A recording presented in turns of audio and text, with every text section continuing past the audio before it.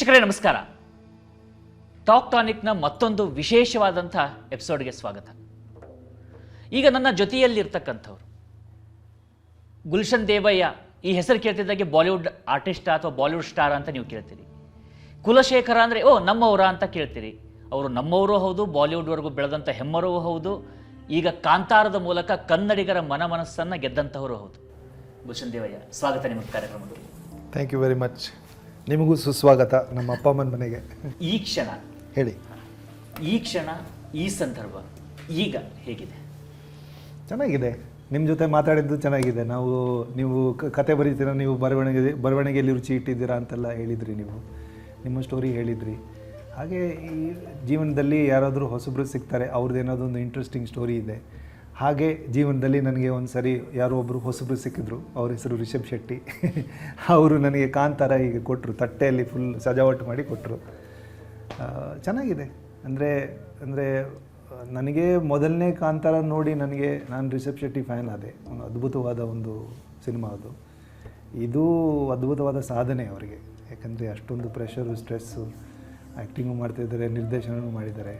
ಇಂಥದ್ದು ಒಂದು ಅದ್ಭುತವಾದ ಒಂದು ಸಿನಿಮಾದ್ದು ಒಂದು ಸಣ್ಣ ಭಾಗ ನಾನಿದ್ದೇನೆ ಅಂತ ನನಗೆ ಭಾಳ ಸಂತೋಷ. ಇನ್ನೊಂದೇನೆಂದರೆ, ಕನ್ನಡ ಸಿನಿಮಾದಲ್ಲಿ ನಾನು ಕರ್ನಾಟಕ ಇಲ್ಲಿ ಬೆಂಗಳೂರಲ್ಲಿ ಹುಟ್ಟಿದ್ದು ಬೆಳೆದವನು, ಕನ್ನಡ ಭಾಷೆ ಮಾತಾಡಿ ಬೆಳೆದವನು. ನನ್ನ ಮೊದಲನೇ ಹೆಜ್ಜೆ ಕನ್ನಡ ಸಿನಿಮಾ ರಂಗಕ್ಕೆ ಕಾಂತಾರದಿಂದ ಆಯಿತು ಅಂತ ಇನ್ನೊಂದು ಖುಷಿ.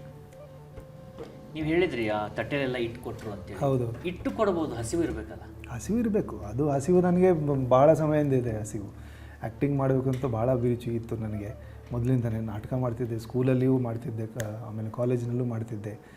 ಆಮೇಲೆ ಕೆಲಸ ಮಾಡ್ತಾ ಇರಬೇಕಾದ್ರೂ ಮಾಡ್ತಿದ್ದೆ. ನಮ್ಮ ಒಬ್ಬ ಮಿತ್ರ PD ಸತೀಶ್ ಚಂದ್ರ ಹಾಗೆ ನಮಗೆ ಪರಿಚಯ. ನಿಮ್ಮ ಮಿತ್ರನೂ ಅಷ್ಟೇ, ನೀವು ಅವ್ರ ಜೊತೆ ನಾಟಕ ಮಾಡಿದ್ದೀರಾ. ಸೊ ರಂಗಭೂಮಿ ಬಗ್ಗೆ, ಅಭಿನಯದ ಬಗ್ಗೆ, ಸಿನಿಮಾ ಬಗ್ಗೆ ಅಂತೂ ತುಂಬ ಸಣ್ಣ ವಯಸ್ಸಿಂದನೇ ನನಗೆ ಅಭಿರುಚಿ ಇತ್ತು.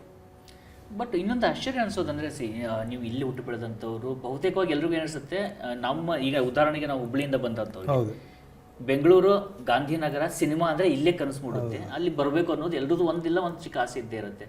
ಆದರೆ ನೀವು ಬೆಂಗಳೂರಿನಿಂದ ಮತ್ತೊಂದು ಕನಸಿನ ನಗರಿ ಮುಂಬೈಗೆ ಹೋದ್ರಿ, ಅಲ್ಲಿ ನಿಮ್ಮ ಹೆಜ್ಜೆಯನ್ನು ಗಟ್ಟಿ ಮಾಡ್ಕೊಂಡು. ಹೌದು, ಆ ಪಯಣ ಅಥವಾ ಆ ಅವಕಾಶಗಳು ಹೇಗೆ ಸೃಷ್ಟಿ ಆಗ್ತಾವೆ? ನನಗೆ ಮೊದಲಿಂದನೇ ಸಣ್ಣ ವಯಸ್ಸಿಂದನೇ ಇತ್ತು. ಆ್ಯಕ್ಟರ್ ಆದರೆ ನಾನು ಮುಂಬೈಗೆ ಹೋಗಿ ಹಿಂದಿ ಚಲನಚಿತ್ರದಲ್ಲಿ ಮಾಡಬೇಕು ಅಂತ. ಯಾಕಂದರೆ ನಾನು ಹುಟ್ಟಿದ್ದು 78ನೇ ಇಸ್ವಿ. ಸೊ 80s 90sಲ್ಲಿ ಆ ಕಾಲದಲ್ಲಿ ಎಲ್ಲರೂ ನೋಡುವಂಥ ಚಿತ್ರ, ಅಂದರೆ ಭಾರತದಲ್ಲಿ ಎಲ್ಲ ಕಡೆಯೂ ನೋಡುವಂಥ ಚಿತ್ರ ಹಿಂದಿ ಚಿತ್ರನೇ. ನಾವು ಸಣ್ಣವನಾಗಿದ್ದಾಗ ಪ್ಯಾನ್ ಇಂಡಿಯಾ ಅಂತ ಒಂದು ಕಾನ್ಸೆಪ್ಟ್ ಏನಿರಲಿಲ್ಲ. ಎಲ್ಲ ರಾಜ್ಯಗಳಲ್ಲೂ ಎಲ್ಲ ಭಾಷೆ ಗೊತ್ತಿಲ್ಲದಿದ್ರೂ ನಾವೆಲ್ಲ ಹಿಂದಿ ಸಿನಿಮಾ ನೋಡ್ತಾಯಿದ್ವಿ. ಸೊ ನನಗದೊಂದು ಮನಸ್ಸಲ್ಲಿತ್ತು, ನಾನು ಸಿನಿಮಾ ಮಾಡಿದ್ರೆ ಎಲ್ಲರೂ ನೋಡಬೇಕು ಅಂತ. ಸೊ ಅದಕ್ಕೆ ನಾನು ಸಣ್ಣ ವಯಸ್ಸಿಂದ ಅದೊಂದಿತ್ತು. ಸೊ ಅಲ್ಲಿ ಹೋದೆ. ಈಗ ಎಲ್ಲ ಭಾಷೆಗಳ ಸಿನಿಮಾ ಎಲ್ಲರೂ ನೋಡ್ತಾರೆ. ಅದೊಂದು ಇದಿಲ್ಲ. ಈಗ PAN India cinema concept popular ಆಗ್ತಾ ಇದೆ ಜನರ ಮಧ್ಯದಲ್ಲಿ. ಚೆನ್ನಾಗಿದ್ದರೆ ಪ್ಯಾನ್ ಇಂಡಿಯಾ, ಅದು ಚೆನ್ನಾಗಿದ್ದರೆ ಸಿನಿಮಾ, ಇಲ್ಲಾಂದರೆ ಯಾರು ಹೇಳೋದಿಲ್ಲ. ಇಂಟ್ರೆಸ್ಟ್ ಇರಬೇಕು ನನಗಷ್ಟೇ. ಅಂದರೆ ನನಗೆ ಒಳಗಿಂದ ಒಂದು ಇಂಟ್ರೆಸ್ಟ್ ಬಂದರೆ, ಜೆನ್ಯೂನ್ ಆಗಿ ಇಂಟ್ರೆಸ್ಟ್ ಬಂದರೆ ನಾನು ಮಾಡ್ತೇನೆ, ಇಲ್ಲಾಂದರೆ ಮಾಡಬಾರ್ದು. ಯಾಕಂದರೆ ಇಂಟ್ರೆಸ್ಟ್ ಇಲ್ಲದಿರೋದು ಮಾಡಿದರೆ ಚೆನ್ನಾಗಿ ಮಾಡೋದಿಲ್ಲಲ್ಲ. ಈಗ ನೀವು ಕಾಂತಾರದಲ್ಲಿ ನಾವು ಕುಲಶೇಖರನ್ನ ಕ್ಯಾರೆಕ್ಟರ್ನ ತೆಗೆದುಕೊಳ್ಳೋದಾದರೂ ಕೂಡ ನೋಡಿ, ಸಾಮಾನ್ಯವಾಗಿ ನಾವು ಗಮನಿಸ್ತಾ ಇರ್ತೀವಿ, ಯಾವುದೇ ಭಾಷೆ ಅತಿ ದೊಡ್ಡ ಸಿನಿಮಾಗಳು ಅಥವಾ ದೊಡ್ಡ ಬಜೆಟ್ ಸಿನಿಮಾಗಳಂತ ಬಂದಾಗ ಮುಖ್ಯವಾದಂಥ ಕೆಲ ಪಾತ್ರಗಳಿರ್ತವೆ. ಇನ್ನು ಅಂದರೆ ಅದರ ಮೇಲೇ ಹೈಲೈಟ್ ಆಗುವಂಥದ್ದು, ಅದನ್ನೇ ಹೆಚ್ಚಾಗಿ ಬಿಂಬಿಸುವಂಥದ್ದು ಒಂದು ಥರದ್ದಿರುತ್ತೆ. ಇನ್ನು ಉಳಿದಂಥದ್ದು ಸ್ಟೋರಿಗೆ ಅನುಸಾರವಾಗಿ ಆಯಾ ಪಾತ್ರಗಳಿಗೆ ಅಷ್ಟೇ ಮಹತ್ವ ಕೊಡುವಂಥದ್ದು ಇರುತ್ತೆ. ನನಗನ್ಸುತ್ತೆ ಈ ಕಾಂತಾರ ಅದರ ಸೆಕೆಂಡ್ ಕ್ಯಾಟಗರಿಗೆ ಸೇರುವಂಥ ಸಿನಿಮಾ ಅಂತೇಳಿ. ನಿಮಗೆ ರಿಷಬ್ ಶೆಟ್ಟಿ ಅವ್ರು ಬಂದು ಹೇಳಿದರು, ಇಂಥ ಒಂದು ಕುಲಶೇಖರ ಕ್ಯಾರೆಕ್ಟರ್ ಇದೆ, ಈ ಥರ ಅದರದ್ದೊಂದು ಅವ್ರು ಡಿಸೈನ್ ಹೇಳಿರ್ತಾರೆ, ಅವ್ರು ಕಲ್ಪನೆ ಹೇಳಿರ್ತಾರೆ. ಆದರೆ ಅದನ್ನು ಇಂಪ್ಲಿಮೆಂಟ್ ಮಾಡುವಾಗ, ಆ ಪಾತ್ರ ನೀವಾಗುವಾಗ ಆ ಪ್ರೊಸೆಸ್ನ ಹೇಗೆ ಮಾಡಿಕೊಟ್ರಿ? ಅದು ಸಾಕಷ್ಟು ಫ್ರೀಡಮ್ ಕೊಟ್ಟಿದ್ರು ನನಗೆ. ಅವರು ಕೈ ಕಟ್ಟಲಿಲ್ಲ. ಇದು ಪಾತ್ರ ನಾವು ಹೀಗೆ ಬರೆದಿದ್ದೀವಿ, ನೀವು ಹೇಗೆ ಅಂದರೆ ನನ್ನನ್ನೇ ಮನಸ್ಸಲ್ಲಿ ಇಟ್ಕೊಂಡು ಬರೆದಿರೋ ಪಾತ್ರ ಅಂತ ಹೇಳಿದರು ರಿಷಬ್. ಸೊ ನಾವೆಲ್ಲ ಕೂತಾಗ ನನಗೆ ಅದು ಜೆನ್ಯೂನ್ ಆಗಿ ಇಂಟ್ರೆಸ್ಟ್ ಇದ್ದರೆ ಆ ಪಾತ್ರದ ಬಗ್ಗೆ ಹೀಗೆ ಮಾಡ್ಬೋದು, ಹಾಗೆ ಮಾಡ್ಬೋದು ಅಂತ ಒಂದು 150 ಐಡಿಯಾಸ್ ಬರ್ತದೆ ಸೀನ್ ಓದ್ತಾ ಇದ್ದರೆ. ಸೊ ಅದನ್ನೆಲ್ಲ ಡಿಸ್ಕಸ್ ಮಾಡೋದು, ವರ್ಕ್ಶಾಪ್ ಮಾಡಿ ಕೆಲವೊಂದು ಸೀನ್ಗಳು ನಾವು ಸರಿ ನೀ ಈ ಪಾತ್ರ ಮಾಡು, ಆ ಪಾತ್ರ ಮಾಡು ಅಂತ ಹೇಳ್ಬಿಟ್ಟು ರೈಟರ್ ತಂಡಗಳೆಲ್ಲ ನಾವು ಟ್ರೈ ಮಾಡ್ತಿದ್ವಿ. ಸೊ ಹೀಗೆ ಮಾಡ್ತಾ ಅವ್ರು ಭಾಳ ಫ್ರೀಡಮ್ ಕೊಟ್ಟರು ನನಗೆ. ಅಂದರೆ ಭಾಳ ಸಹಾಯನೂ ಮಾಡಿದರು. ಯಾಕಂದರೆ ಇವು ಕರಾವಳಿ ಕನ್ನಡ ಮಾತಾಡಿ ಅಷ್ಟು ಅಭ್ಯಾಸ ಇಲ್ಲ. ಸೊ ಶನಿಲ್ ಗೌತಮ್ ಅವರು ನನಗೆ ತುಂಬ ಸಹಾಯ ಮಾಡಿದರು, ಪ್ರಾಕ್ಟೀಸ್ ಮಾಡಿಸ್ತಾಯಿದ್ರು. ಸೊ ಕ್ಯಾರೆಕ್ಟರ್ ಈ ಥರ ಇವರು ಬರೆದಿದ್ದಾರೆ, ನನ್ನನ್ನೇ ಗುಲ್ಲು ಹತ್ರನೇ ಮಾಡಿಸ್ಕೋಬೇಕು ಅಂತ ಒಂದು ಇಂಟ್ರೆಸ್ಟ್ ಇತ್ತು ಅವ್ರದ್ದು. ಸೊ ಗುಲ್ಲುನ ಕರ್ಕೊಂಡು ಬಂದಾಗ ಗುಲ್ಲುಗೆ ಅವ್ರು ಮಾಡಲಿಕ್ಕೆ ಬಿಟ್ಟಿದ್ದಾರೆ ಅವರು ಯಾವ ಥರ ಅಂತ. ಆಮೇಲೆ ಸ್ವಲ್ಪ ಕಾಮಿಡಿನೂ ಮಾಡಿಸಿದ್ದಾರೆ, ಸ್ವಲ್ಪ ಬೇರೆ ಥರ ವಿಚಿತ್ರವಾದ ಒಂದು ಸನ್ನಿವೇಶಗಳು ಇದೆ. ಇದೆಲ್ಲ ಮಾಡಲಿಕ್ಕೆ ತುಂಬ ಫ್ರೀಡಮ್ ಕೊಟ್ಟಿದ್ದಾರೆ. ಮತ್ತು ಅವ್ರುಗಳದ್ದು ಒಂದು ಐಡಿಯನ್ಸ್ ಅಂದರೆ ಇಂಪ್ರವೈಸೇಷನ್ ನಾವು ಆನ್ ಸೆಟ್ ಬಿಫೋರ್ ಪ್ರಿಪ್ರೇಷನ್ ಟೈಮಲ್ಲೂ ನಾವು ಮಾಡಿದ್ದೀವಿ. ಆಮೇಲೆ ಸೆಟ್ಟಲ್ಲಿ ಶೂಟ್ ಮಾಡಬೇಕಾದ್ರೂ ನಾವು ಭಾಳಷ್ಟು ನಾವು ಇಂಪ್ರವೈಸೇಷನ್ಸ್ ಮಾಡಿದ್ದೀವಿ. ಇದು ನಾವೆಲ್ಲ ಒಬ್ಬಂದೇ ಐಡಿಯಾ ಅಲ್ಲ, ಇವರು ಅರವಿಂದ್ ಅವ್ರದ್ದು ಒಂದು ಐಡಿಯಾ ಇರ್ತಿತ್ತು, ಈ ಕ್ಯಾರೆಕ್ಟರ್ ಹೇಗೆ ಮಾಡ್ತಾರೆ, ಹೀಗೆ ಮಾಡ್ಬೋದು, ಎಲ್ಲ ಸೇರಿ ಕುಲಶೇಖರನ್ ಪಾತ್ರ ಆಗಿರೋದು. ನನಗೆ ಯಾವತ್ತೂ ಇದು ಈ ಥರ ಸಣ್ಣ ರೋಲು ಮುಖ್ಯ ಪಾತ್ರ ಅಲ್ಲ ಆ ಥರ ಅಂತೇನು ಅನಿಸಿಲ್ಲ. ನನಗೆ ಕುಲಶೇಖರನ್ ಪಾತ್ರ ಬಂದಾಗ ಇದನ್ನು ನಾನು ಹೇಗೆ ಮಾಡ್ತೀನಿ, ಇವರು ಬರೆದಿದೆ, ಇವ್ರ ಬರವಣಿಗೆ ಹೀಗಿದೆ, ಇವ್ರ ಸೀನ್ಸ್ ಹೀಗೆ ಬರೆದಿದ್ದಾರೆ, ಅವ್ರ ಮನಸ್ಸಲ್ಲಿ ಈ ಥರ ಐಡಿಯಾಸ್ ಇರ್ಬೋದು, ಬಟ್ ನಾನು what can I bring to it, ನಾನು ಇದನ್ನ ಇಟ್ಕೊಂಡು ಏನು ಮಾಡ್ಬೋದು ಅಂತ ಅದೊಂದೇ ನನ್ನ ಮೈಂಡಲ್ಲಿ ಇದ್ದಿತ್ತು, ಬೇರೆ ಏನೂ ಇಲ್ಲ. And I enjoyed. ಅಂದರೆ ರಿಷಬ್ ಜೊತೆ, ಅರವಿಂದ್ ಜೊತೆ, ಶನಿಲ್ ಜೊತೆ, ಅನಿ ಜೊತೆ, ಇವರೆಲ್ಲರುಗಳು, ಜಯರಾಮ್ ಸರ್ ಜೊತೆ ಇದೆಲ್ಲ ಸೀನ್ಸ್ ಮಾಡೋದು ನನಗೆ ಅಂದರೆ ವೆರಿ ಎಂಜಾಯಬಲ್, ತುಂಬ ಎಂಜಾಯ್ ಮಾಡಿದೆ ನಾನು. ನೀವು ಅದೇ ಹೇಳ್ತಿದ್ರಲ್ಲ ಬಟ್ ಆ ಕ್ಯಾರೆಕ್ಟರ್ ಮಾಡುವಾಗ ನೀವು ಹೇಳಿದಾಗೆ ಇಲ್ಲಿ ಚಿಕ್ಕ ಕ್ಯಾರೆಕ್ಟರ್ ಅಂತಲ್ಲ, ಬಟ್ ಅದರ ಡೆಪ್ತ್ ಇದೆಯಲ್ಲ, ಆ ಡೆಪ್ತನ್ನು ಅರ್ಥ ಮಾಡಿಕೊಂಡು ಈಗ ಅದನ್ನು ನೀವು ಬೇರೆ ಬೇರೆ ರೀತಿಯಾಗೂ ಮಾಡ್ಬೋದಿತ್ತು. ಐ ಆಮ್ ಶೋರ್ ನಿಮಗೂ ಅದು ಅನಿಸಿರ್ಬೋದು, ಕೆಲವೊಂದು ಕಡೆ ಲೌಡ್ ಹೋಗ್ಬೋದಿತ್ತು.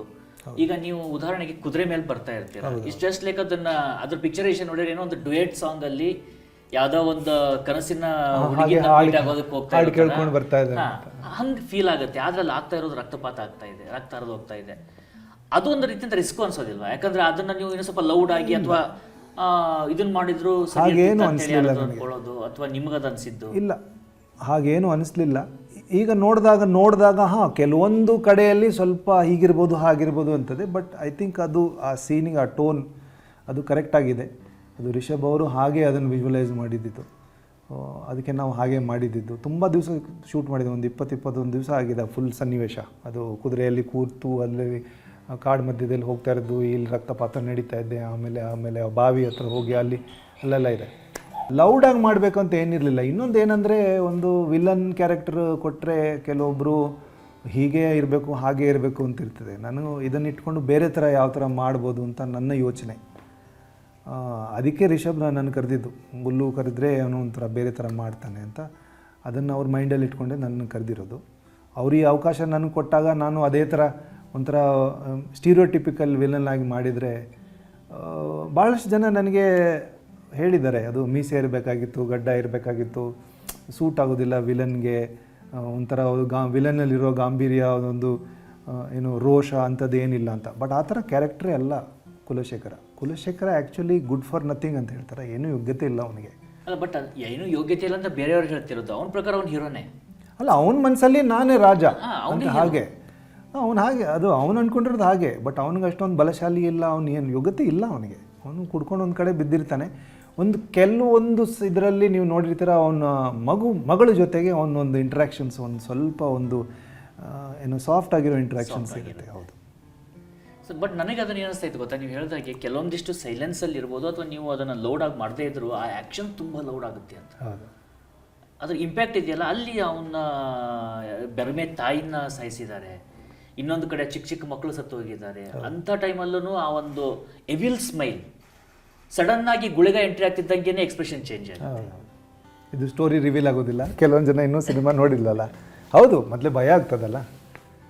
ನನಗನ್ನಿಸ್ತದೆ ಅದು ಆ ಸನ್ನಿವೇಶಕ್ಕೆ ಈ ಅಪ್ರೋಚ್ ನಾನೇ ಅಲ್ಲ, ಬೇರೆ ಯಾರಾದರೂ ಆ್ಯಕ್ಟರ್ ಮಾಡಿದ್ರೂ ಸುಮಾರಾಗಿ ಈ ಥರ ಮಾಡಿದ್ದಿದ್ರೇ ಅದು ವರ್ಕ್ ಆಗೋದು. ನನಗನ್ಸುತ್ತೆ, ನನಗೆ ಇನ್ನೊಂದು ನಿಮ್ಗೆ ಅವಾಗಲೂ ಹೇಳ್ತಾ ಇದ್ದೆ, ನನಗೆ ಕಾಲಿಗುಲ ನೆನಪಾಗುತ್ತೆ ಅಂತ. ನಾನು ನೋಡಿದ್ದೇನೆ ಆ ಸಿನಿಮಾ. ಹೌದೌದು, ಒಂಥರ ಎಕ್ಸ್ಟ್ರೀಮ್ ಅವರು. ಅದು ಕ್ಯಾಲಿಗುಲ ಕ್ಯಾರೆಕ್ಟ್ರು ಅಷ್ಟೇ, ಒಂದ್ಸಲ ಟ್ರಂಕ್ ವಿತ್ ಪವರ್ ಅಂತ ಹೇಳ್ತಾರೆ. ಅದನ್ನು ಕನ್ನಡದಲ್ಲಿ ಹೇಗೆ ನಾನು ಅಭಿವ್ಯಕ್ತ ಮಾಡೋದು ಅಂತ ನನಗೆ ಗೊತ್ತಾಗ್ತಿಲ್ಲ. ಫುಲ್ಲು ನಶೆಯಲ್ಲಿರ್ತಾರೆ ಅವರು. ಪವರ್ ಎಷ್ಟಿದೆ ಅಂದರೆ ಒಂದು ನಶೆಯಲ್ಲಿರ್ತಾರೆ.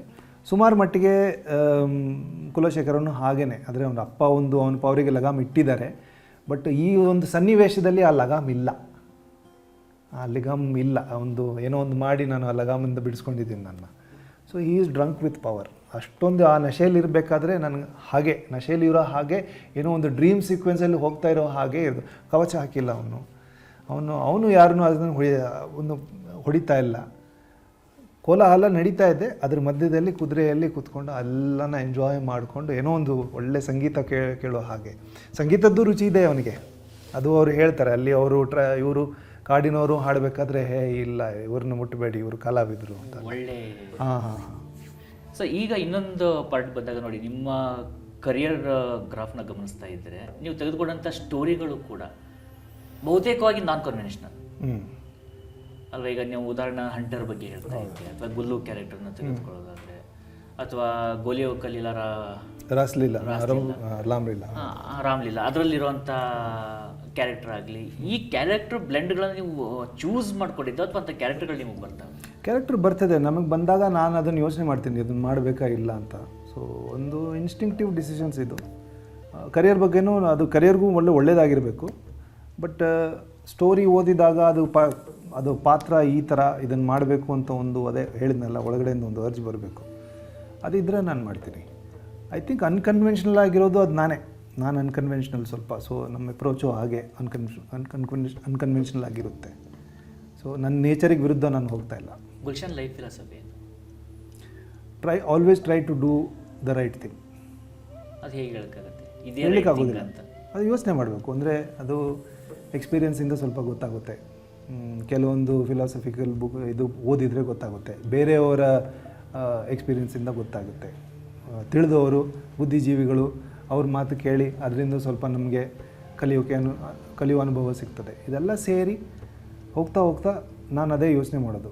ಅದು ಪ್ರತಿ ಸರಿ I can't do the right thing, ಅದು ಆಗೋದಿಲ್ಲ. ಕೆಲವೊಂದು ಸಲ ಮಾಡಲಿಕ್ಕೆ ಆಗೋದಿಲ್ಲ. But try and do the right thing ಅಂತ ಅದು ನನ್ನ ಲೈಫ್ ಫಿಲಾಸಫಿ.